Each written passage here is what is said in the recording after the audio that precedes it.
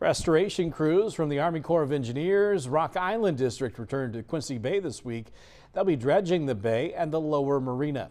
Project spokesperson Glenn Sanders tells WGEM that the work, or as he called it, the recreation project, should continue for about a month, and the goal being completion in time for the summer celebration of the country's 250th birthday.